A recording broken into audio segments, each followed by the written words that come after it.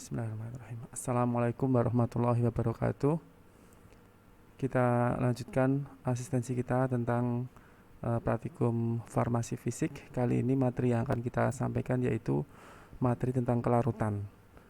Jadi kelarutan itu salah satu bagian dari uji preformulasi dari suatu sediaan obat, sehingga ini kita sampaikan juga dalam praktikum farmasi fisik. Kita mulai saja. Apa yang dimaksud dengan kelarutan? Jadi ini adalah gambaran bagaimanakah kelarutan itu, seperti apakah kelarutan itu.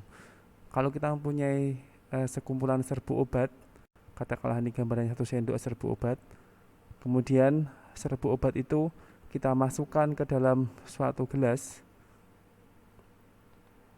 maaf ya, gelas beker yang ada di atas thermoline atau magnetic stirrer ya.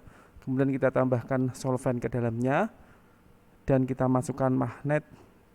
Kemudian magnetnya kita aduk dengan ini adalah thermoline.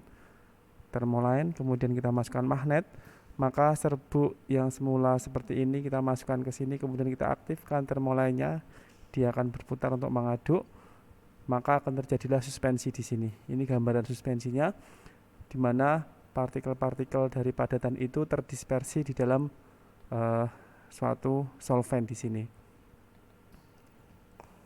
Ya, jadi kalau kita ambil satu padatan, satu partikel, kemudian kita besarkan begitu ya, kita besarkan satu partikel ini, maka gambarannya kurang lebih seperti ini, dan dia terdispersi di dalam solvent ini.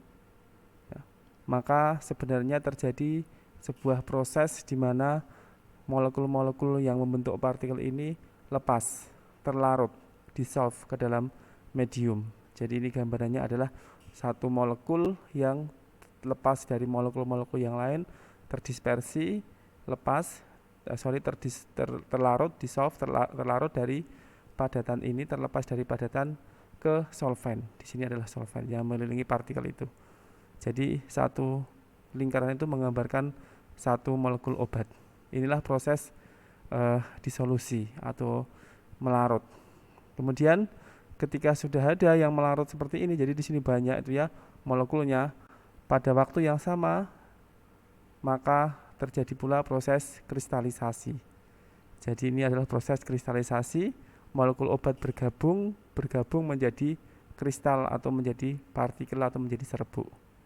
Jadi terjadi proses yang berlangsung secara simultan antara melarut, disolusi, dengan mengkristal atau kristalisasi.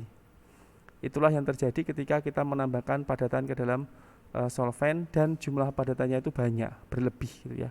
Kalau padatannya tidak banyak, tidak berlebih, maka yang ada cuma proses melarut saja yang teramati itu ya, sedangkan kristalisasinya nggak ada karena buktinya nggak ada kristalnya, maka harus banyak, harus berlebih padatan yang kita tambahkan ke dalam solvent itu. Ya.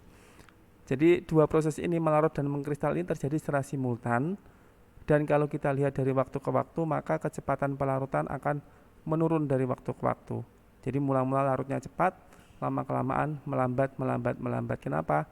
Karena solventnya sudah terisi oleh solut. Jadi ini solid, ini solut, kemudian di luarnya ini ada molekul solventnya.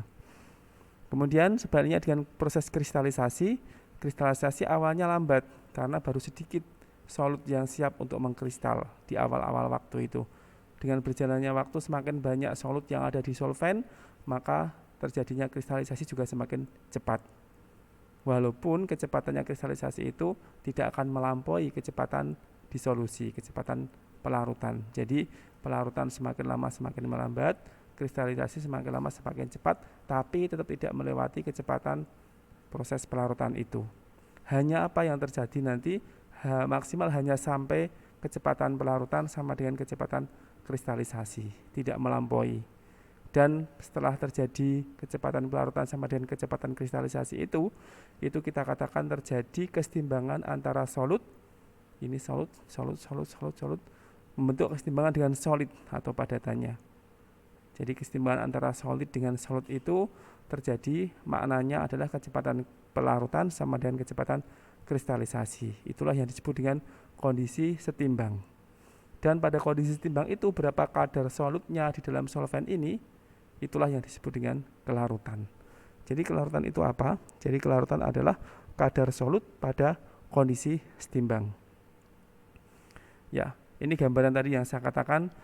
Misalnya ini ya, ini data permisalan tuh ya, ini waktu dari 0, 1, 2 dan seterusnya sampai 90 menit misalnya ya. Maka ada proses melarut. Ini proses melarut. 0 ya jelas 0 ya kan, 1 menit pertama larut 98, 1 menit kedua larut 94, 1 menit ketiga larut 80. Semakin lama semakin turun gitu ya. Karena apa? Karena solvennya sudah berisi oleh solut. Sebaliknya kristalisasi, menit pertama itu cuma 13 yang mengkristal, menit kedua itu 19 yang mengkristal, menit ketiga itu 15 yang mengkristal gitu. Ini gambarannya seperti itu yang terjadi.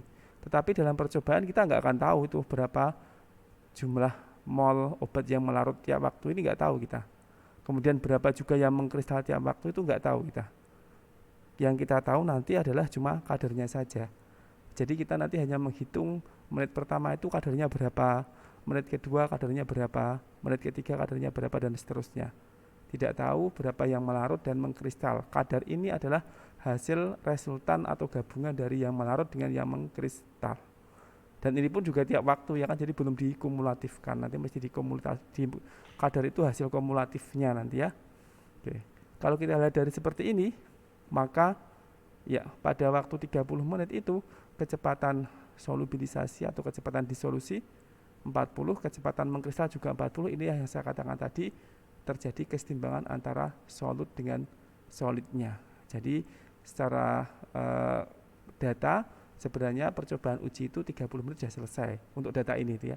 Tapi kan kita nggak yakin kalau ini sudah sama kadarnya, nanti bukan ini kecepatannya sama, nanti kadarnya 30 dengan 60 sama gitu ya, dengan 90 juga sama mestinya, karena ini tidak ada perbedaan kecepatan larut dan mengkristal.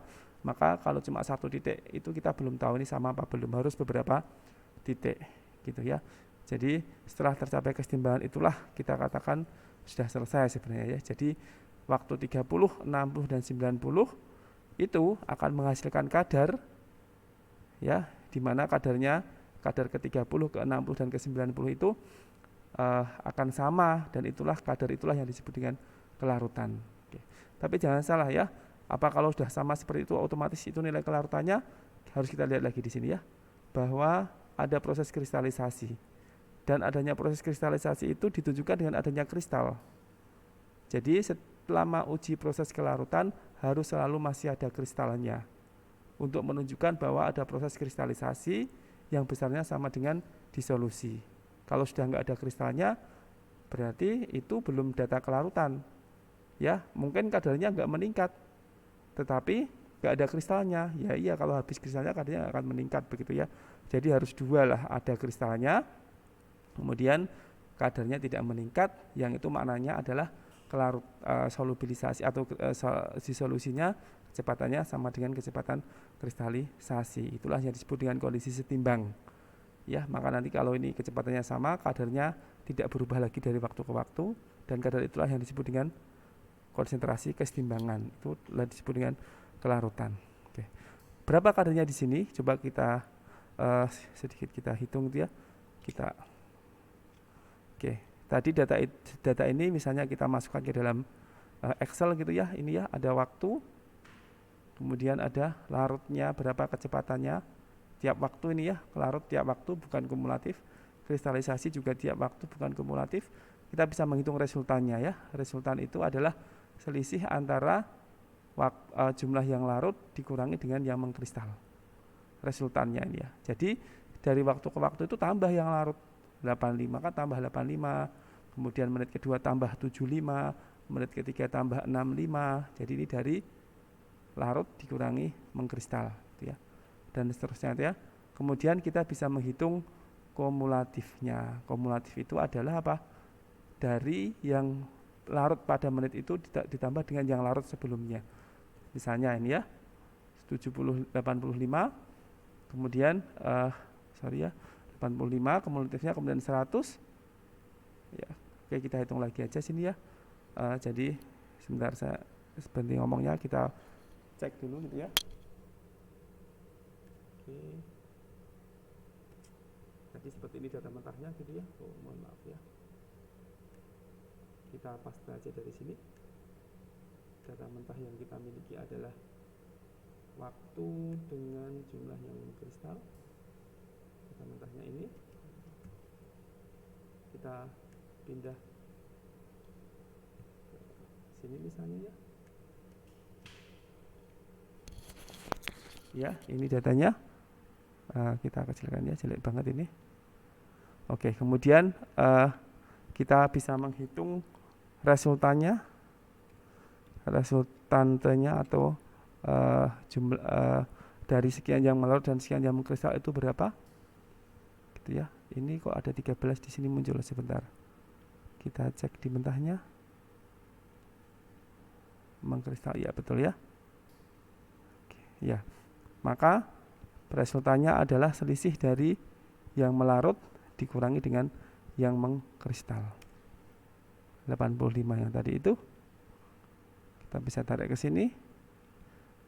Resultan dari tiap waktu. Kemudian kumulatifnya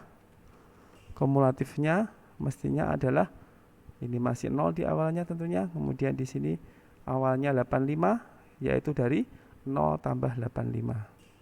Sama dengan ini menit ke 0 belum ada, kemudian menit pertama larut 85 gitu. Kemudian menit berikutnya bisa kita, ini jadi adalah hasil dari penjumlahan 85 yang sudah ada, kemudian menit berikutnya tambah 75 ya.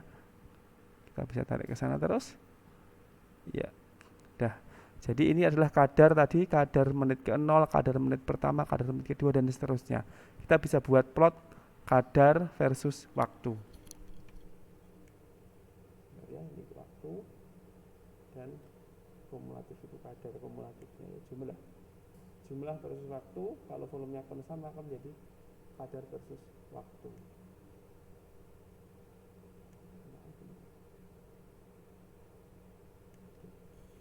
Jadi kurvanya seperti ini nanti yang kita dapatkan. Kita nggak tahu berapa yang larut, berapa yang mengkristal, nggak tahu. Yang kita tahu adalah berapa jumlah yang larut secara kumulatif itu, yang merupakan resultan dari larut dan mengkristal. Kemudian ini waktu. Maka yang disebut dengan kelarutan adalah apa? Kelarutan adalah kadar di mana terjadi kesetimbangan. Kapan terjadi kesetimbangan? Ketika kecepatan kristalisasi sama dengan kecepatan disolusi. Di mana? Di sini 1, 2, 3, kecepatannya sama, kecepatannya yaitu 40, sehingga resultannya 0, tidak ada penambahan zat yang terlarut, sehingga kadar yang terlarut akan konstan. Maka nilai 395 itulah yang disebut dengan kelarutan maksimal ini ya.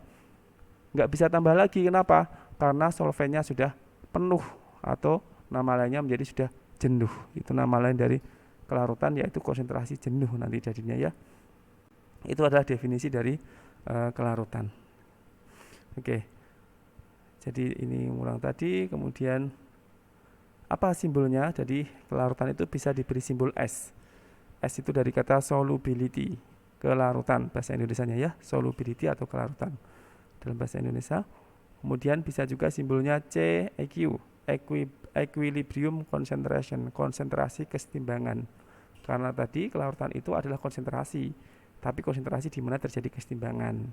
Dan dari kurva tadi itu konsentrasi yang paling tinggi. Tidak bisa kita buat konsentrasi yang lebih tinggi daripada itu dengan cara melarutkan padatan pada suhu yang konstan.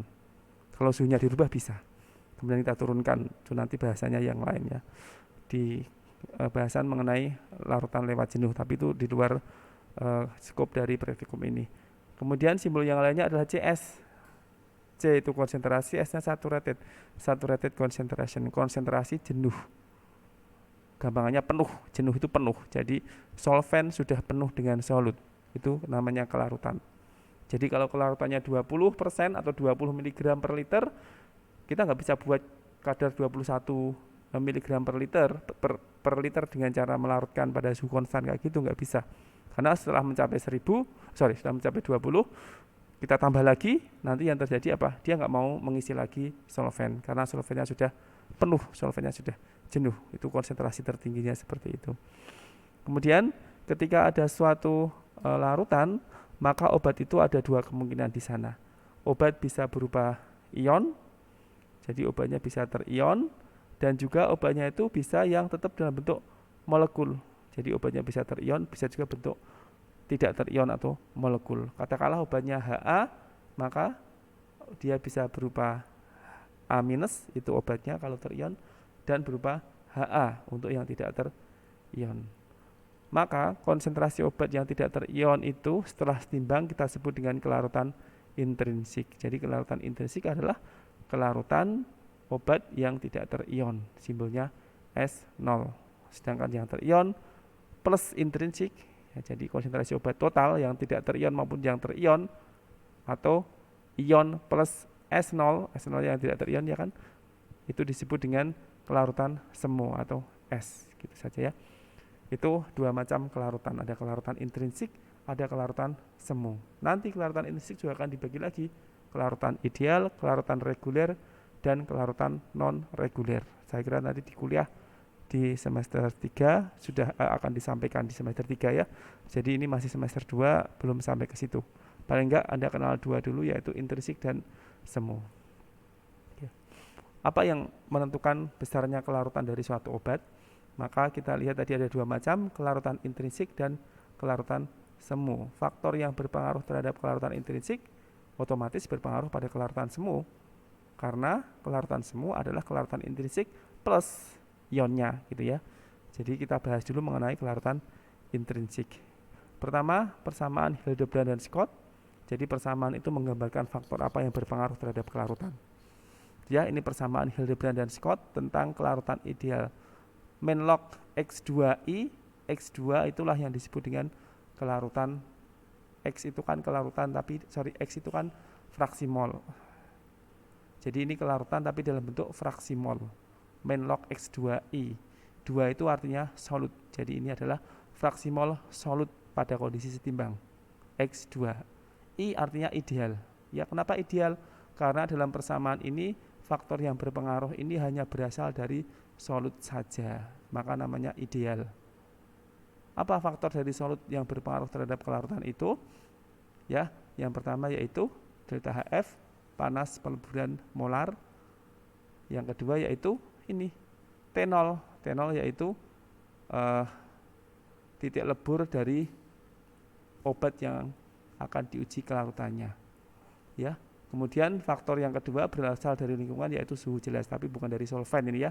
Suhu bukan berasal dari solvent. Jadi ini hanya berasal dari solut saja. Ya otomatis kalau lingkungan pengaruh itu ya, suhu itu ya. Bagaimana pengaruhnya? Bisa kita lihat dari persamaan ini negatif ya. Ini main log X2I. Artinya apa ini negatif itu? Artinya kalau di sisi kanan ini semakin kecil, maka X2-nya akan semakin besar. Sekali lagi, kalau di kanan ini semakin kecil, maka kelarutannya semakin besar. Kalau delta Hf-nya itu kita besarkan, panas peleburan molarnya besar, padatan yang panas peleburan molarnya besar, ini besar, maka di sisi kanannya menjadi besar, maka X2-nya menjadi kecil. Jadi semakin besar panas peleburan molar, dia perlu panas yang lebih besar untuk melebur, maka dia akan kecil kelarutannya. Logis ya. Dia perlu panas yang tinggi untuk melebur, dia semakin sulit larut. Yang kedua yaitu ini titik lebur. Ini ada main di sini gitu ya, main di sini, kemudian dia posisinya di bawah. Sehingga semakin besar titik lebur, ini pun juga semakin besar. Ini besar, maka seperbesar ini kecil, maka seperti dikurangi kecil ini menjadi lebih besar. Sehingga kanan ini menjadi besar dengan besarnya T0 dan X2-nya menjadi kecil. Jadi persamaan kelarutan intrinsik Hildebrand dan Scott ini dua faktor dari solut yang berpengaruh, dua faktor dari solid atau padatan yang berpengaruh terhadap kelarutan. Panas peleburan molar semakin tinggi semakin kecil kelarutan. Yang kedua, titik lebur semakin tinggi juga semakin kecil kelarutan. Dan tentunya suhu ya, kalau suhu sudah hafal semakin tinggi suhu semakin tinggi kelarutan itu sudah hafal. Itulah yang disebut dengan kelarutan intrinsik yang pertama, yaitu kelarutan ideal I di sini ya. Kemudian yang kedua yaitu kalau larutannya itu kelarutan nyata atau kelarutan reguler, maka yang berperan di sini dinyatakan dengan persamaan Hildebrand dan Scott. untuk persamaan real atau persamaan untuk larutan real atau larutan reguler sama ya. Jadi ada dua di sini, kelarutan reguler adalah kelarutan intrinsik dari persamaan ini dia, maksudnya ya, kelarutan ideal, tapi ada faktor lainnya yang menyebabkan dia menjadi tidak ideal sehingga ini hilang. Faktor-faktor yang berpengaruh terhadap kelarutan ideal tentunya juga berpengaruh terhadap kelarutan non ideal atau reguler ya, dengan pengaruh yang sama seperti tadi. Ada tambahan pengaruh lagi, yaitu ini parameter kelarutan solut, ini parameter kelarutan solvent. Kebalik ya, ini parameter kelarutan solvent yang nomor 1, ini parameter kelarutan solut yang nomor 2. Kalau nulisnya dibalik pun juga nggak apa-apa karena di sini ada kuadratnya, jadi nggak masalah nulisnya kebalik, tapi jangan kebalik mengenai simbol ya. 1, 2, 1 itu solvent, 2 itu solut. Bagaimana pengaruhnya nanti ini kita terangkan yang terakhir. Kita terangkan dulu pengaruh yang lainnya di sini, yaitu ada V2. V2 adalah volume molar solut 2 itu ya, volume molar solut, dan yang kedua yaitu fraksi volume solvent. Ini nggak bisa kita pelajari ini. Kenapa? Karena ini fraksi mol, ini fraksi volume. Maka ini kalau berubah fraksi volumenya, berubah juga di sini fraksi molnya, ini berubah jadi kayak circle kalau di Excel ya, nggak bisa. Maka dalam perhitungan nanti ini kita beri angka 1 untuk perhitungan step pertama, dapat X2. Dari X2 kita hitung P1. Lucu kan ya, dari P1 kita hitung X2, dari X2 kita hitung P1, berubah lagi nanti nilainya ya. Dari P1 yang kedua kita hitung X2 lagi, dari X2 yang kedua kita hitung P1 lagi, yang ketiga P1 yang ketiga kita hitung X2 lagi, baru X2 yang ketiga itulah data yang kita anggap valid. Jadi yang berpengaruh di sini cuma tambah 1, yaitu volume molar solut. Apa volume molar? Volume 1 mol solut. Gimana pengaruhnya? Kita lihat di sini seperti tadi ya, ini minus, sehingga kalau dikalikan itu semakin besar, maka nilai X2-nya semakin kecil. Gitu ya. Berarti kalau V2-nya besar, volume molarnya besar, di sini semakin besar. Kalau di sini semakin besar, maka X2-nya semakin kecil. Itu pengaruh dari volume molar. Oke. Kemudian pengaruh berikutnya dari mana? Ini yang akan kita pelajari hari ini, yaitu pengaruh yang berasal dari ini, parameter kelarutan solvent dikurangi parameter kelarutan solut. Kita lihat dari sini. Supaya yang dikalikan ini semuanya itu nilainya kecil. Kenapa harus kecil? Biar ini besar. Maka di sini harus kecil. Supaya ini semuanya kecil, maka nilai ini harus kita buat paling kecil, dan nilai ini paling kecil adalah 0. Kok nggak negatif? Nggak negatif karena ini nggak bisa negatif, maka paling kecil 0. Kok nggak bisa negatif? Gimana bisa negatif? Nilainya positif semua ini kan? Lu kan min, ya ini min tapi dikuadratkan. Min dikuadratkan tetap positif nanti ya. Jadi paling kecil nilai di sini adalah 0, dan itu akan menghasilkan nilai segini yang paling kecil juga, dan ini akan menghasilkan X2 yang besar. Kapankah ini 0? Bisa kita lihat dari sini. Ini 0 kalau parameter kelarutan 1 sama dengan parameter kelarutan 2. Jadi kalau parameter kelarutan 1 dan 2 itu sama, artinya selisihnya 0, ya kita kuadratkan tetap 0.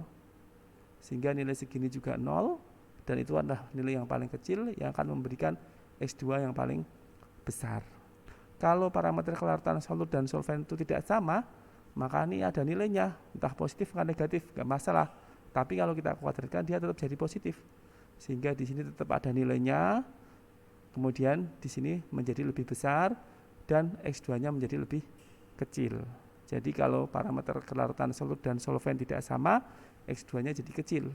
Itu adalah prinsip dari like dissolve like. Parameter kelarutan itu ya mirip-mirip lah dengan angka polaritas. Semakin besar semakin polar, begitulah ya, walaupun tidak selalu urut gitu ya. Air itu paling polar gitu ya. Oke, kalau parameter kelarutan solut dan solvent itu jauh, artinya dia polaritasnya beda jauh gitu ya, maka nanti nilai ininya menjadi besar, entah positif entah negatif, tapi besar. Setelah kita kuadratkan menjadi besar dan selalu positif. Kemudian di sini menjadi besar dan S2 menjadi kecil gitu ya.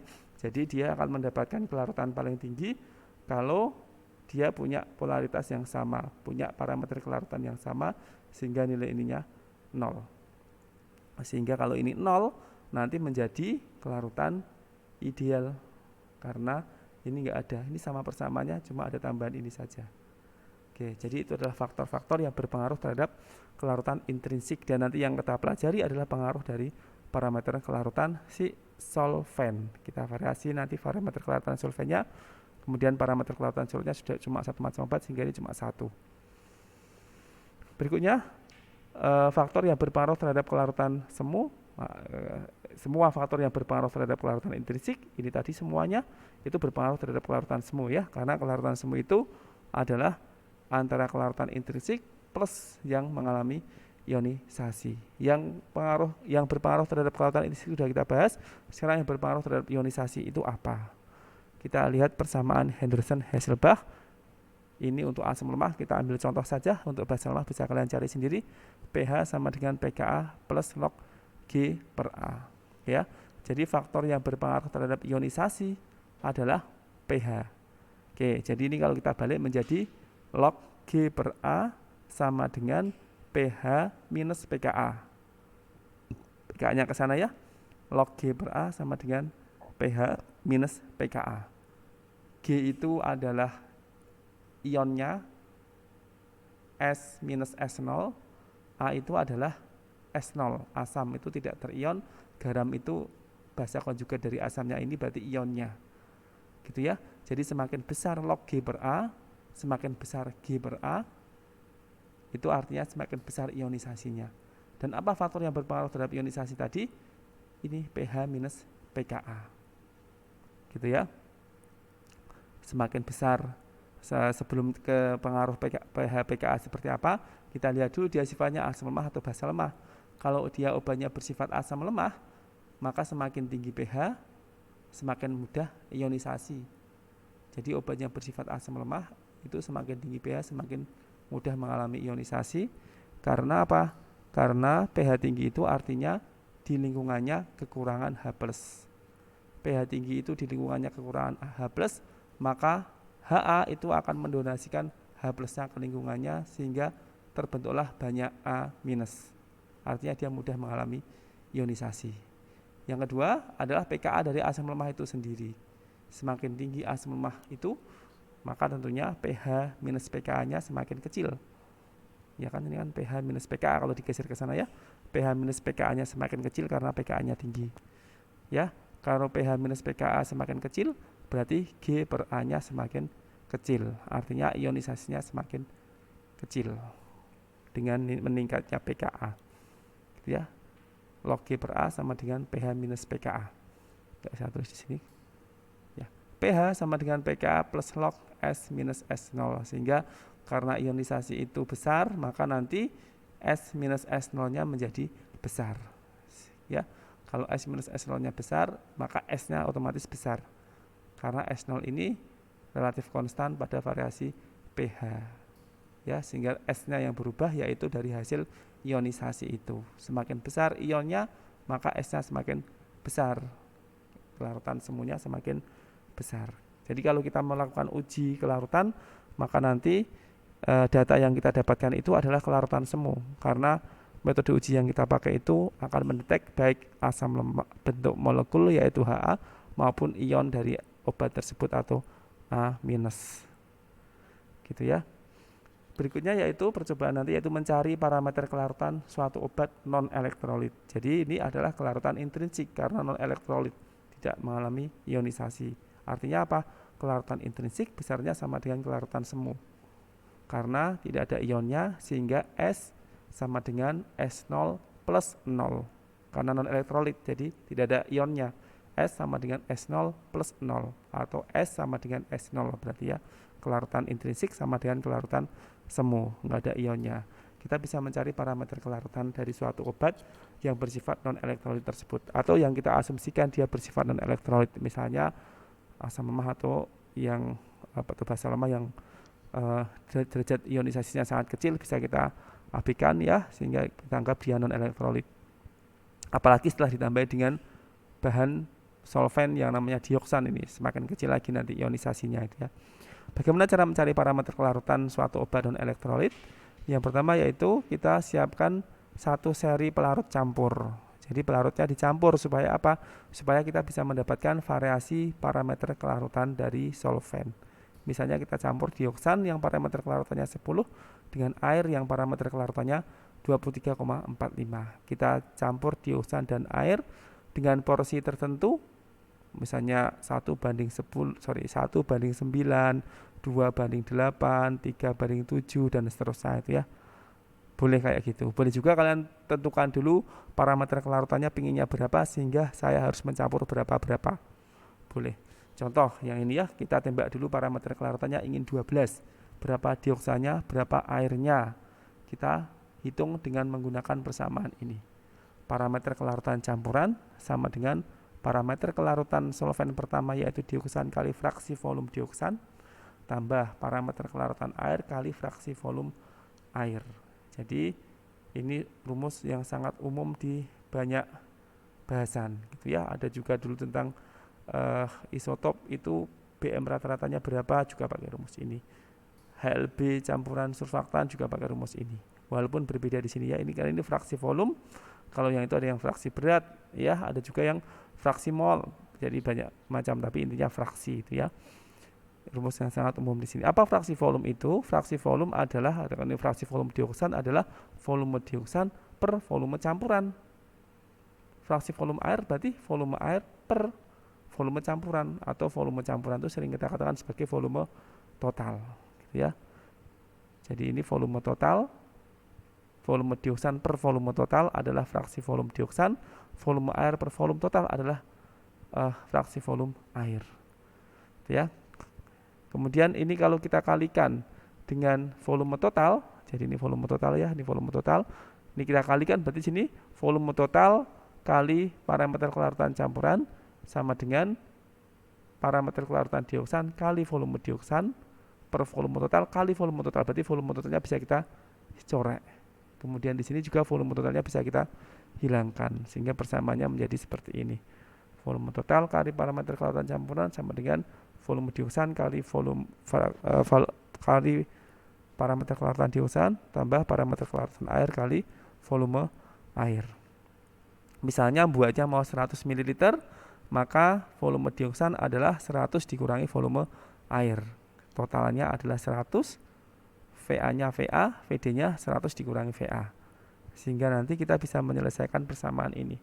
100 adalah volume campuran yang mau kita buat, volume solvent yang kita butuhkan misalnya ya, kali 12 parameter kelarutan campuran yang akan kita buat sama dengan 10,01 parameter kelarutan dioksan kali 100 minus VA itu adalah volume dioksan. 100 kurangi VA plus 23,45 kali VA. Dengan persamaan ini kalau kalian bolak-balik nanti ketemu VA. Kemudian setelah ketemu VA, masukkan di sini VD adalah 100 kurangi VA. Kita mendapatkan VA dan VD untuk membuat solvent dengan parameter kelarutan 12.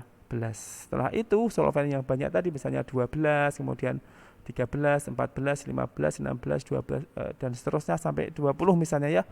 Dari solvent yang macam-macam tadi kita uji parameter, kita uji kelarutan dari obat yang akan kita tentukan parameter kelarutannya. Gimana ngujinya? Saya gambar tadi itu, ada tabung, kemudian di situ ada kita masukkan solvent yang sudah kita buat tadi yang bermacam-macam tadi, berarti berapa tabung begitu ya. Kemudian kita tambahkan obat yang akan kita uji itu dalam jumlah berlebih. Sekali lagi dalam jumlah berlebih gitu ya. Jumlahnya banyak. Gimana identitasnya banyak? Dia nggak habis ketika kita running 1 hari misalnya, itu nggak habis-habis. Ya, kemudian disampling tiap waktu, saring ukur kadarnya. Kalau kadarnya sudah nggak meningkat, kadarnya nggak meningkat dari waktu ke waktu, nggak meningkat terus, padahal masih ada endapannya, itu tandanya endapannya sudah nggak bisa larut karena solventnya sudah penuh. Maka kelarutannya namanya kelarutan penuh atau kelarutan jenuh. Itulah kelarutan yang kita dapatkan. Itu adalah kelarutan intrinsik yang besarnya sama dengan kelarutan semu kalau obatnya bersifat non-elektrolit. Kemudian kita buat kurva hubungan antara kelarutan tadi versus parameter kelarutan dari pelarut campur tadi. Ini kurang lebih kurvanya, sumbu X kemudian sumbu Y. Sumbu X-nya adalah parameter kelarutan solvent atau campuran solvent tadi yang kita buat 12, 13, 14 dan seterusnya itu. Kemudian sumbu Z adalah kelarutan intrinsik yang kita dapatkan atau kelarutan gitu aja ya, yang kita dapatkan berapa. maka kurvanya dia akan berbentuk seperti ini, parabola. Kenapa bisa parabola? Ingat lagi ke persamaan sini ya, bahwa ini ada parameter kelaratan solvent dikurangi parameter kelaratan solut kuadrat. Jadi kalau ini ada angkanya, yang dikurung ini ada angkanya atau bukan nol ya, bukan nol, bisa positif bisa negatif gitu ya, maka nanti setelah kita kuadratkan semuanya jadi positif, dan ini semuanya ada angkanya yang positif, sehingga sini akan ada angkanya positif yang besar sehingga ininya menjadi kecil. Maka ininya kecil-kecil di sini tuh. Di sini ada perbedaan antara parameter kelaratan solut dengan parameter kelaratan solvent. Di sini juga ada perbedaan antara parameter kelaratan solut dengan parameter kelaratan solvent. Sehingga X2-nya belum ideal, tidak maksimal. Setelah itu, puncak dari parabola itu mestinya terjadi ketika di sini nilainya 0. Dan kalau di sini nilainya 0 itu berarti parameter kelaratan solvent sama dengan parameter kelaratan solut. Sehingga kita sudah bisa menghitung besarnya parameter kelaratan solut yang akan kita cari tadi, yaitu dari suhu X yang memberikan kelarutan paling tinggi. Dan kalau itu kita dapatkan, maka yang paling tinggi itu adalah seperti ini. Jadi ini persamaannya, kalau ini 0, ini paling tinggi, ini paling rendah atau 0 itu ya, maka nilai X2-nya paling tinggi itu terjadi ketika dia kondisinya ideal ya. Sehingga inilah kelarutan ideal dari solut itu. Enggak kita cari sih, yang kita cari tadi tujuannya adalah mencari parameter kelarutan solut tadi, tujuannya di awal. Ya, saya kira itu saja materi tambahan selain yang bisa kalian pelajari sendiri di buku Farmasi Fisik Martin. Semoga bermanfaat. Assalamualaikum warahmatullahi wabarakatuh.